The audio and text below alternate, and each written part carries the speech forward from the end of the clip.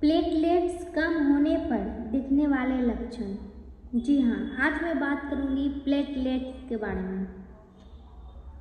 वैसे तो जो भी प्रॉब्लम होती है हमारे शरीर में जैसे कि खून की कमी हो जाती है, वाइट ब्लड सेल बढ़ जाते हैं और यानी कि WBC अगर बढ़ जाते हैं, जो भी डेंगू हो जाते हैं, हर किसी का लक्षण दिखता है कि ये चीज़ का लक्षण है या फिर आपके शरीर में कुछ प्रॉब्लम हो गया है, स्टार्ट हो गया है।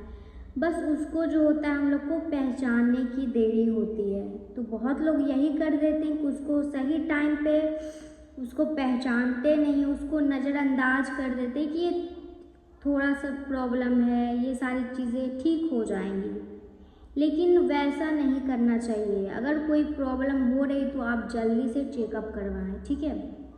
तो आज मैं यही बताने वाली हूँ लक्षण प्लेटलेट्स का कम हो जाए तो उसके क्या लक्षण है। तो आप तभी जान पाओगे जब ये पूरा वीडियो देखोगे। तो अंत तक वीडियो में बने रहें। तो चलिए वीडियो को स्टार्ट करते हैं। हेलो दोस्तों, मैं नीतू गुप्ता। कैसे हैं आप लोग? उम्मीद करती हूँ अच्छे होंगे, स्वस्थ होंगे, मस्त होंगे और ये वीडियो को देख रहे होंगे। जी हाँ, आज बात करने वाले हैं प्लेटलेट्स के बारे में कि अगर वो कम हो जाए तो क्या क्या लक्षण हो सकते हैं, क्या क्या चीज़ें हमारे शरीर में हो सकते हैं।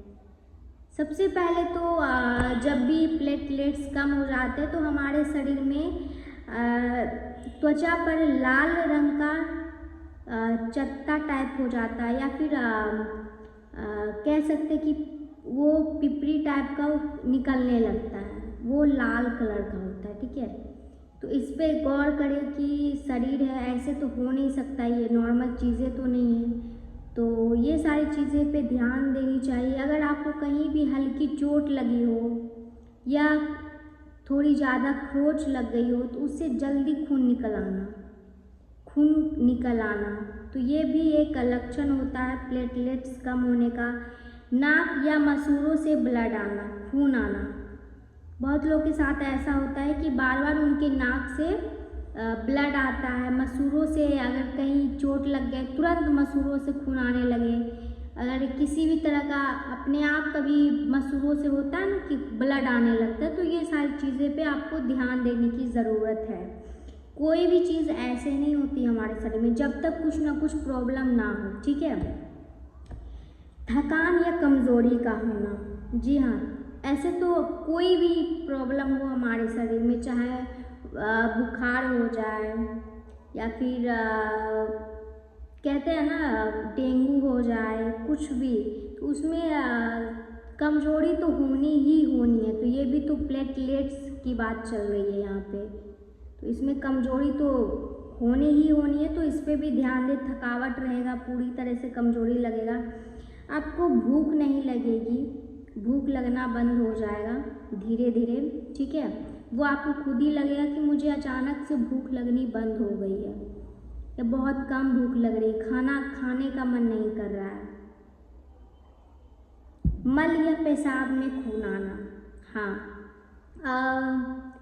मल जैसे कि जब जाते हैं शौचालय तो बहुत लोग के मल में जब ब्लड आता है तो वो कभी कभी सोचते हैं ये मामूली सा है, कहीं कुछ मैं उल्टा सीधा तो नहीं खा लिया या फिर कहीं कब्ज तो नहीं बन गई है उसके कारण हो गया है। ये सारी चीज़ें वो सोचने लगते हैं। तो अगर ये बार बार हो रहे तो आपको इसमें करना कि आपको चेकअप करवाना है। ये नहीं कि अगर मैं तीखा खा रहा हूँ इधर से इसलिए हो रहा है तो अब ठीक हो जाएगा, तो उसे ठीक करना पड़ेगा। उसके लिए आपको डॉक्टर के पास जानी पड़ेगी, चेकअप करवाने पड़ेंगे, ठीक है। पेट दर्द, बुखार रहना, सिर में दर्द रहना, बॉडी में दर्द रहना और भारी मात्रा में महामारी होना, ये सारी चीज़ें लक्षण होती है जब प्लेटलेट्स कम हो जाते हैं, ठीक है। तो जो भी मैं बताई हूँ, जो भी लक्षण बताएं उस पर आप लोग गौर करें, ध्यान दें।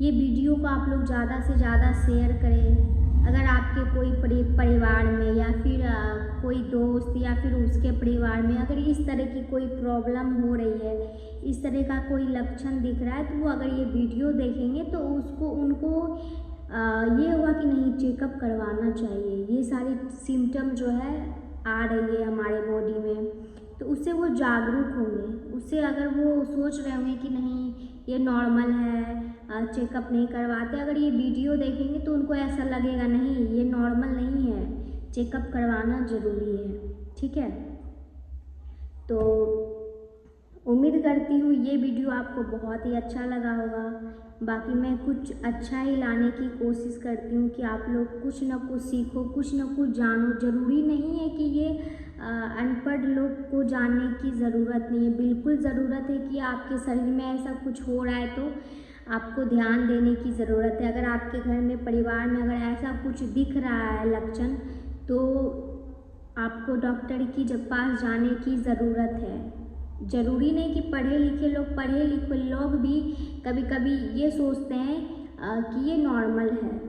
ठीक है, तो ये सारी चीज़ें जो भी मैं लक्षण बताएं उसे आप दिमाग में रखें, इसको याद रखें कि हाँ ये सारी चीज़ें। वैसे तो मैं जो भी टॉपिक लाती हूँ उसका पहले लक्षण लाती हूँ, फिर उसमें बताती हूँ कि उनको क्या खाना चाहिए। अगर दवाई नहीं खानी है तो क्या चीज़ खाना चाहिए जो घर में उपलब्ध हो या फिर मार्केट में हो, तो वो नेचुरल चीज़ों के बारे में बताती हूँ ताकि आप लोग को दवाई ना खाना पड़े, ताकि आप लोग स्वस्थ रहो, हमेशा हेल्दी रहो। क्योंकि ऐसा होता है ना, बहुत लोग के साथ ऐसा होता है कि दवाई खा रहे हैं पर उनके साथ ऐसा हो रहा है कि साइड इफ़ेक्ट हो जाता है। ये तो सही हो जाता है बट उनको कुछ और होने लगता है, कोई और प्रॉब्लम होने लगती है। इसलिए मैं सोचती हूँ कि नेचुरल चीज़ें आप ज़्यादा यूज़ करो। ठीक है, तो आज के लिए इतना ही। उम्मीद करती हूँ ये वीडियो आपको बहुत ही अच्छी लगी होगी, आपको कुछ सीखने को मिलेगा। और अगर आप वीडियो को शेयर करोगे तो बहुत लोग इससे बहुत कुछ सीख सकते हैं, समझ सकते हैं, बहुत लोग का अच्छा भी हो सकता है।